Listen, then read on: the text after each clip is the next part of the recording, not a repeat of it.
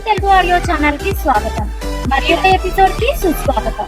ప్రియ ప్రభు సెలవిచ్చుచున్న నేనే మార్గమును సత్యమును జీవమును, నా ద్వారానే తప్ప ఎవరు పరలోకమునకు ప్రవేశింపని తెలియజేస్తున్నారు. యేసయ్య సెలవిచ్చుచున్నప్పుడు నేనే మార్గమును సత్యమును జీవము. కావున పైప్లైన్ తెలుగు ఆడియో ఛానల్ ను ప్రతిరోజు చూడండి, వినండి. దేవుని వాక్యమును మీ హృదయంలో దాచుకునండి.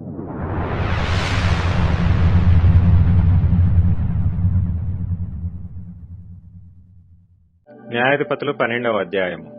ఎఫ్రాయిమీయులు కూడుకొని ఉత్తర దిక్కునకు పోయి, నీవు అమ్మోనీయులతో యుద్ధము చేయబోయినప్పుడు నీతో వచ్చుటకు మమ్ము నేల పిలవలేదు, నీవు కాపురమున్న నీ ఇంటిని అగ్నితో కాల్చివేయుదుమని యెఫ్తాతో చెప్పగా, యెఫ్తా నాకును నా జనులకును అమ్మోనీయులతో గొప్ప కలహము కలిగినప్పుడు నేను మిమ్మును పిలిచితిని గాని మీరు వారి చేతులలో నుండి నన్ను రక్షింపలేదు.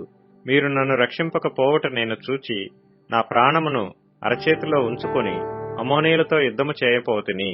అప్పుడు యెహోవా వారిని నా చేతికి అప్పగించును గనుక నాతో పోట్లాడుటకు మీరేలా నేడు వచ్చితిరనెను. అప్పుడు యెఫ్తా గిలాదు వారిని అందరినీ పోగు చేసుకుని ఎఫ్రాయిమీయులతో యుద్ధము చేయగా, గిలాదు వారు ఎఫ్రాయిమీయులను జయించిరి. ఎలయనగా వారు ఎఫ్రాయిమీయులకును మనష్షీయులకును మధ్యను గిలాదు వారైన మీరు ఎఫ్రాయిమీయుల ఎదుట నిలువక పారిపోయిన వారనిరి.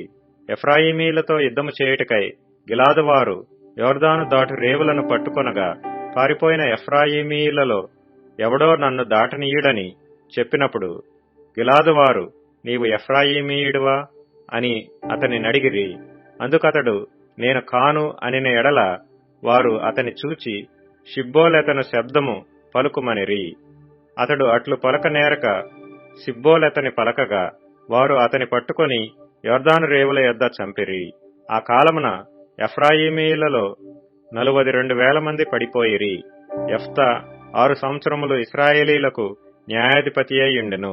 గిలాదువాడైన యెఫ్తా చనిపోయి గిలాదు పట్టణములలోనొక దానియందు పాతిపెట్టబడెను. అతని తరువాత బెత్లెహేము వాడైన ఇబ్సాను ఇశ్రాయేలీలకు అధిపతి ఆయను. అతనికి 30 మంది కుమారులను 30 మంది కుమార్తెలను ఉండిరి.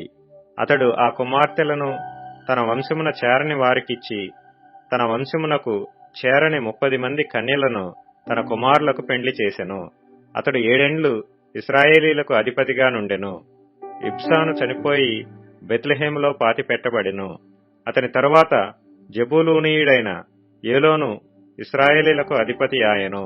అతడు 10 ఏండ్లు ఇశ్రాయేలీలకు అధిపతిగా నుండెను. జెబూలూనీయుడైన ఏలోను చనిపోయి జెబూలూను దేశమందలి అయ్యాలోనులో పాతిపెట్టబడెను. అతని తరువాత పిరాతోనీయుడైన హిల్లేలు కుమారుడగు అబ్దోను ఇశ్రాయేలీలకు అధిపతి ఆయను.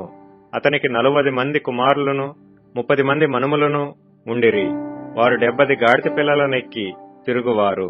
అతడు 8 ఏండ్లు ఇశ్రాయేలీలకు అధిపతిగా నుండెను. పిరాతోనీయుడైన హిల్లేలు కుమారుడగు అబ్దోను చనిపోయి ఎఫ్రాయిము దేశమందలి అమాలేకీయుల మన్యములోనున్న పిరాతోనులో పాతిపెట్టబడెను. ఈ యొక్క ఎపిసోడ్ మీకు నచ్చినట్లయితే లైక్ చేయండి, షేర్ చేయండి, సబ్స్క్రైబ్ చేయండి, గంట బెల్ ని క్లిక్ చేయండి. మీకు ప్రార్థన అవసరతలు ఉన్నట్లయితే కింద ఉన్న డిస్క్రిప్షన్ లో మీ ప్రేయర్ రిక్వెస్ట్ పెట్టవలసిందిగా కోరుతున్నాను. Thank you.